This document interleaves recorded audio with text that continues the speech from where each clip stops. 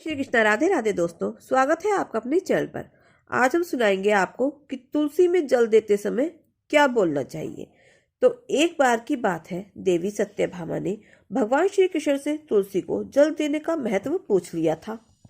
तब भगवान श्री कृष्ण ने उन्हें इसका महत्व सुना दिया था। आगे देवी सत्यभामा कहती है, हे स्वामी, आपने मुझे तुलसी को जल देने का महत्व तो बता दिया है, किंतु अब मेरे मन में यह जानने की जिज्ञासा हो रही है कि तुलसी को जल कैसे देना चाहिए। तुलसी को जल देने की सर्वोत्तम विधि कौन सी है तथा तुलसी को जल देने का मंत्र कौन सा है। कृपया आप मुझे इन सभी प्रश्नों का उत्तर दें। तब भगवान श्री कृष्ण देवी सत्यभामा से कहते हैं, हे प्रिय, जिस प्रकार से मैंने तुम्हें तुलसी का महात्म्य सुनाया है, उसी प्रकार से तुलसी को जल देते समय बोले जाने वाले मंत्र का भी बड़ा महत्व है। यह मंत्र केवल 3 शब्दों का है, किंतु इसका प्रभाव बहुत कल्याणकारी है। जो भी मनुष्य नित्य तुलसी को जल देते समय अपने मुख से केवल यह 3 शब्द बोल देता है, तो साक्षात लक्ष्मी उनके घर में प्रवेश करती है, उनकी दरिद्रता समाप्त हो जाती है, उसे धन धान्य की प्राप्ति होती है। वह मंत्र बताने से पूर्व मैं आपको तुलसी के इस मंत्र का महात्म्य सुनाता हूँ। इस महात्म्य को सुन लेने मात्र से ही मनुष्य के समस्त पाप नष्ट हो जाते हैं। उसे 100 वर्षों तक तुलसी को जल देने का पुण्य प्राप्त हो जाता है। इसीलिए देवी, आप इस कथा को ध्यान से पूरा सुने। देवी सत्यभामा कहती है, हे प्रभु, मैं इस कथा को पूरा अवश्य सुनूंगी।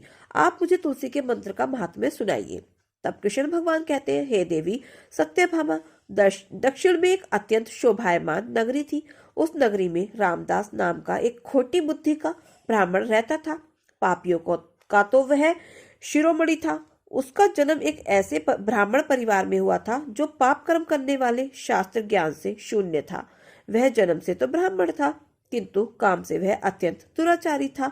वह ना तो पूजा पाठ करता, न ध्यान करता, न जप, न होम और न ही अतिथियों का सत्कार करता था। उसके द्वार पर आए अतिथियों को बिना दान किए ही क्रूरता पूर्वक भगा देता था।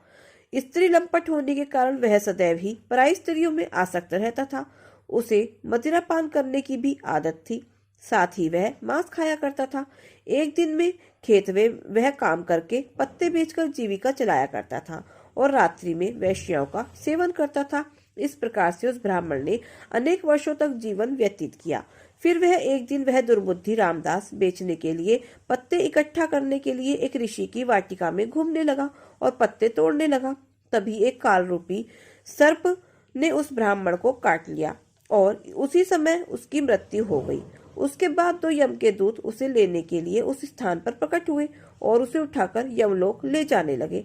मार्ग में वह यमदूतों के सामने बहुत विलाप करने लगा, हे दूतों, मुझे कहाँ ले जा रहे हो? मुझे छोड़ दो, मेरे प्राण बख्श दो। किंतु यमदूत उसे यह कहते हुए ले जाने लगे, अरे दुष्ट ब्राह्मण, तेरे पाप कर्मों के कारण तुझे सांप ने काट लिया है। अब यमराज तुझे अवश्य घोर नरक में डाल देंगे। फिर यम के दूत उस ब्राह्मण को लेकर यमलोक पहुंचते हैं और यमराज के सामने खड़े हो जाते हैं। चित्रगुप्त उस ब्राह्मण का लेखा जोखा निकालते हैं और यमराज से कहते हैं, हे धर्मराज, इस ब्राह्मण ने बचपन से लेकर मृत्यु तक पाप ही पाप किए हैं। इसने कभी कोई पुण्य का काम नहीं किया है। फिर धर्मराज अपने दूतों से कहते हैं, हे दूतों, इस घोर पाप करने वाले ब्राह्मण को उठाकर ले जाओ और इसे नरक में डाल दो। फिर यम के दूत उस ब्राह्मण को ले जाते हैं और नरक की भयंकर अग्नि में धकेल देते हैं। अनेक वर्षों तक नरक में सजा भुगतने के बाद उस ब्राह्मण को दूसरे जन्म में एक बैल का शरीर मिलता है। बैल का जन्म पाकर वह बोझ उठाने का काम करने लगा। उसका मालिक उससे दिन रात काम करवाने लगा। फिर जब उस बैल की शक्ति कम हुई तो उसके मालिक ने उसे एक लंगड़े आदमी को बेच दिया। उस लंगड़े आदमी ने उस बैल को खुद का बोझ उठाने के लिए उपयोग किया। वह उसकी पीठ पर बैठकर घूमा करता था। इस प्रकार से उस बैल ने 8 वर्षों तक उस लंगड़े आदमी का बोझ उठाया। फिर वह एक दिन लंगड़ा आदमी उस बैल की पीठ पर बैठकर किसी ऊंचे पर्वत पर जाने लगता है। उस पर्वत पर बहुत देर तक चढ़ने के कारण वह बैल बहुत थक गया। उसकी शक्ति क्षीण हो गई और कुछ समय बाद वह बैल बहुत जोर से मूर्छित होकर जमीन पर गिर पड़ा और अंतिम सांस लेने लगा। तभी वहां पर खड़े लोगों को उस बैल पर बड़ी दया आ गई और वह उसके मुख में पानी डालने लगे। फिर उन लोगों में एक पुण्य आत्मा व्यक्ति था उसने उस बैल का कल्याण करने के लिए अपना पुण्य उस बैल को दे दिया। उसे देखकर अन्य लोगों ने भी अपना अपना पुण्य याद करके कुछ पुण्य उस बैल को दे दिया ताकि उसे मुक्ति मिल सके। इस भीड़ में एक वैश्या भी खड़ी हुई थी। सभी लोग अपना पुण्य उस बैल को दे रहे थे। यह देखकर उस वैश्या ने भी अपना पुण्य उस बैल को दे दिया। कुछ देर बाद उस बैल की मृत्यु हो जाती है। फिर उस स्थान पर यमदूत आते हैं और उस बैल के शरीर से उस ब्राह्मण की आत्मा को निकालकर यमलोक को ले जाते हैं। यमलोक ले जाने पर उसे यमराज के सामने खड़ा किया जाता है और फिर चित्रगुप्त इसका लेखा जोखा देखते हैं तो वह आश्चर्य में पड़ जाते हैं कि उस वैश्य के द्वारा उस बैल को दिया हुआ पुण्य बहुत बड़ा होता है। उस पुण्य के प्रभाव से उसके सभी जन्मों के पाप नष्ट हो जाते हैं। फिर यमराज उस ब्राह्मण के सभी पाप क्षमा करते हैं और कहते हैं, हे ब्राह्मण, उस वैश्य ने तुझे अपना पुण्य देकर तुझ पर बड़ा उपकार किया है। केवल उसी के पुण्य के कारण तुम्हारे सब जन्म के पाप नष्ट हो गए हैं। और यमराज फिर उसे मनुष्य जन्म प्रदान करते हैं। इस बार वह पृथ्वी पर आकर एक उत्तम ब्राह्मण कुल में जन्म लेता है। उस महापुण्य के प्रभाव से उसे इस नए जन्म में अपने पूर्व जन्म की बातें याद आने लगती हैं। जब वह ब्राह्मण बड़ा हो जाता है तो उसे याद आता है कि पिछले जन्म में जब वह बैल था तब एक वैश्य ने उसे उसका पुण्य दे दिया था। इसीलिए उसके मन में उस वैश्य के बारे में जानने की इच्छा होती है और उस महापुण्य के बारे में जानने के लिए उस वैश्य का पता लगाकर उसे ढूंढते हुए उसके नगर में चला जाता है। वह वैश्या अब बूढ़ी हो चुकी थी। फिर जब वह वैश्या मिल जाती है तो वह उसके सामने जाकर उसे बार बार प्रणाम करता है और उस वैश्य को धन्यवाद करने लगता है। तब वह वैश्य कहती है, हे ब्राह्मण श्रेष्ठ, आप कौन हैं और किस कारणवश आप मुझ वैश्य को धन्यवाद दे रहे हैं? मैंने आपका कौन सा कार्य किया है जो आप मुझे नमस्कार कर रहे हैं? तब वह ब्राह्मण कहता है, हे माता, मैं वही बैल हूँ जिसे तुमने अपना पुण्य दे डाला था। अपने पाप कर्मों के कारण मुझे पिछले जन्म में बैल होना पड़ा था। उस पर्वत पर जब मैं मर रहा था तो तुमने मुझे अपना पुण्य दिया था। तुम्हारे पुण्य के प्रभाव से ही आज मुझे फिर से मनुष्य जन्म मिला है। तुम्हारे द्वारा दिए गए इस पुण्य के कारण मुझे अपने पूर्व जन्म की सारी बातें याद हैं। किंतु हे माता, मैं आज यहाँ पर यह जानने के लिए आया हूँ कि तुमने मुझे उस समय पर अपना कौन सा पुण्य दिया था जिस कारण से मेरे सभी जन्मों के पाप नष्ट हो चुके हैं। मैं उस पुण्य के बारे में जानना चाहता हूँ। तब वैश्य ने कहा, हे ब्राह्मण श्रेष्ठ, मैंने तो अपने जीवन में कोई पुण्य के काम नहीं किए हैं, किंतु मेरे घर में एक तोता है जो पिंजरे में रहकर हमेशा कुछ बोलता रहता है, जिसे सुनकर मेरा अंतकरण पवित्र हो गया है। इस तोते के द्वारा बोले गए मंत्र का पुण्य मैंने तुम्हें दान में दिया था। फिर वह वैश्य और वह ब्राह्मण उस तोते के पास जाते हैं और उससे पूछने लगते हैं, तुम कौन सा मंत्र बोलते रहते हो जिससे हमारे जीवन का उद्धार हुआ है? यह मंत्र तुम्हें किसने सिखाया और इस मंत्र का क्या अर्थ होता है? तब उस तोते ने अपने पूर्व जन्म का वृतांत सुनाना आरंभ किया। वह तोता कहने लगा, हे ब्राह्मण श्रेष्ठ, पिछले जन्म में मैं एक ब्राह्मण था। मैं अपने ज्ञान के अहंकार में अंधा हो चुका था। मैंने कभी गुरुजनों का आदर नहीं किया, सदैव ही उनका अपमान किया। मुझे अपने ज्ञान पर इतना अधिक घमंड हो गया था कि जिस कारण से मेरे क्रोध बहुत अधिक बढ़ गए थे और मैं सभी से द्वेष करने लगा, अन्य मनुष्यों को तुच्छ समझने लगा, विद्वानों का भरी सभा में अपमान करने लगा। फिर कालांतर में मेरी मृत्यु हो गई और मुझे यमलोक ले जाया गया। पूज्य जनों और गुरुजनों का अपमान करने के कारण मुझे तोते के कुल में डाल दिया गया और मेरा जन्म एक तोते के रूप में हो गया। मेरे पाप कर्मों के कारण छोटी अवस्था में ही मेरा अपने माता पिता से वियोग हो गया। फिर मैं पेड़ की डाल पर बैठकर रो रहा था कि तो उसी स्थान से कुछ मुनि जा रहे थे। उन्होंने मेरी दयनीय पुकार सुनी और मुझे लेकर अपने आश्रम में चले गए। वह उस आश्रम में उन्होंने मुझे एक सुंदर पिंजरे में रखा और मेरी इच्छा अच्छी तरह से ख्याल रखा। वह मुझे नित्य भोजन दिया करते थे और पढ़ाते थे। उस स्थान पर वह ऋषि मुनि, उनकी स्त्रियां और बालक सभी नित्य तुलसी के पौधे को जल देते थे और उसके सामने एक मंत्र का जाप करते थे। उन्हीं के मुख से बार बार उस मंत्र को सुनकर मैंने उसे रट लिया और तभी से मैं उस मंत्र को जान गया हूँ और वही मंत्र मैं दिन रात बोलता रहता हूँ। उस मंत्र के प्रभाव से मेरी कभी मृत्यु नहीं हुई और मेरी आयु 100 वर्षों की हो गई और मैं इतने वर्षों तक जीवित रहा।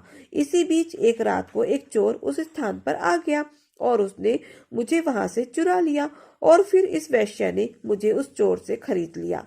इस वैश्य के घर पर आने के बाद भी मैं उस मंत्र को बोलता रहता था, जिसे सुनकर इस वैश्य का मन भी पवित्र हो गया और इसने वैश्य का काम छोड़कर भगवान विष्णु की भक्ति शुरू कर दी।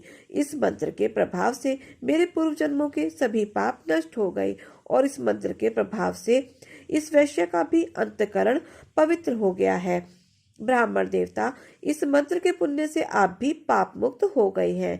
इस प्रकार से तोते ने उस ब्राह्मण को और उस वैश्य को सारा वृतांत सुना दिया, जिसे सुनकर वह ब्राह्मण और वैश्य दोनों ही अत्यंत प्रसन्न हुए और फिर वे दोनों ही नित्य तुलसी को जल देकर उस मंत्र का जाप करने लगे।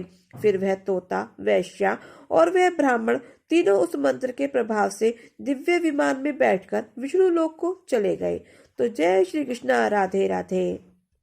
विष्णु भगवान की जय हो। हे देवी सत्यभामा, देखा आपने, केवल तुलसी के इस मंत्र के प्रभाव से उस तोते के, उस वैश्य के और उस ब्राह्मण के सभी पाप नष्ट हो गए हैं। इसीलिए प्रत्येक मनुष्य को रोज तुलसी को जल देते समय इस मंत्र का उच्चारण अवश्य करना चाहिए। हे देवी, वह मंत्र इस प्रकार है, तुम इसे ध्यान से सुनो। ओम वृंदावन्ये स्वाहा, ओम वृंदावन्ये स्वाहा। श्री कृष्ण कहते हैं, जो भी स्त्री नित्य तुलसी के समक्ष इस मंत्र का उच्चारण करेंगी वह सौभाग्यशाली बनेंगी। जो भी पुरुष तुलसी के सामने इस मंत्र का उच्चारण करेगा उसे अक्षय धन की प्राप्ति होगी। जिस घर के सामने नित्य तुलसी की पूजा की जाएगी उस घर में साक्षात लक्ष्मी का वास होगा। तुलसी का यह मंत्र समस्त फलों को प्रदान करने वाला है। अतः जो भी तुलसी के सामने इस मंत्र का उच्चारण करेगा उसे संपूर्ण सिद्धियां प्राप्त हो जाएंगी। स्त्रियों को सदैव ही स्नान करके अपने बाल बांधकर मांग में सिंदूर भरकर नित्य तुलसी को जल देना चाहिए और इस मंत्र का उच्चारण करना चाहिए। रोज तुलसी के पौधे की परिक्रमा करनी चाहिए, इससे सभी दोष नष्ट हो जाते हैं। नित्य शाम के समय तुलसी के पास दीपक जलाना चाहिए और तुलसी के पास बैठकर भगवान विष्णु की आराधना करनी चाहिए। तुलसी के पास दीपक जलाने से मनुष्य को धन धान्य की प्राप्ति होती है। हजारों अमृत के घड़े से नहलाने पर भी श्री हरि को उतनी तृप्ति नहीं होती जितनी वह मनुष्यों के द्वारा तुलसी का एक पत्ता चढ़ाने से प्राप्त करते हैं। 1000 गाय दान के से मानव को जो फल प्राप्त होता है वही फल तुलसी पत्र के दान से मिलता है। जो मृत्यु के समय अपने मुख में तुलसी पत्र और गंगा जल पा जाता है वह संपूर्ण पापों से मुक्त होकर श्री कृष्ण के धाम को जाता है।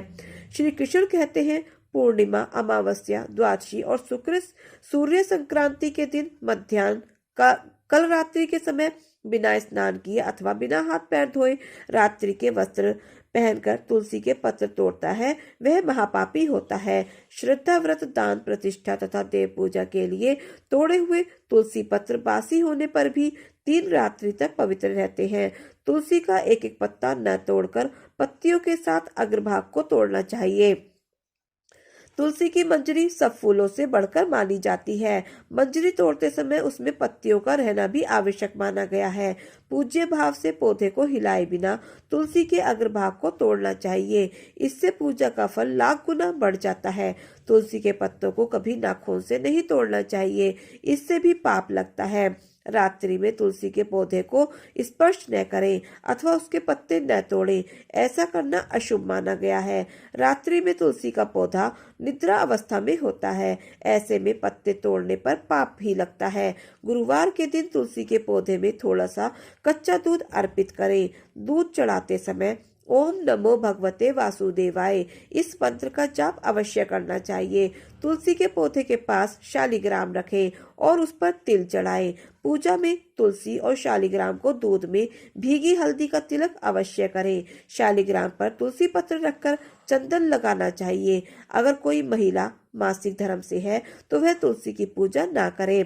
मासिक धर्म के दौरान तुलसी को स्पर्श करने से घोर पाप लगता है, इससे स्त्री की दुर्गति होती है। तो दोस्तों, इस प्रकार से भगवान श्री कृष्ण ने देवी सत्यभामा को तुलसी का महात्म्य सुनाया। तो दोस्तों, ये कथा आपको कैसी लगी कमेंट बॉक्स में जरूर बताएं, और अगर आपको अच्छी लगी हो तो प्लीज वीडियो को लाइक, शेयर और सब्सक्राइब अवश्य करें। अपना प्यार और सहयोग दें। मिलते हैं फिर ऐसे ही नई कथा कहानियों के साथ। धन्यवाद। जय श्री कृष्णा। राधे राधे।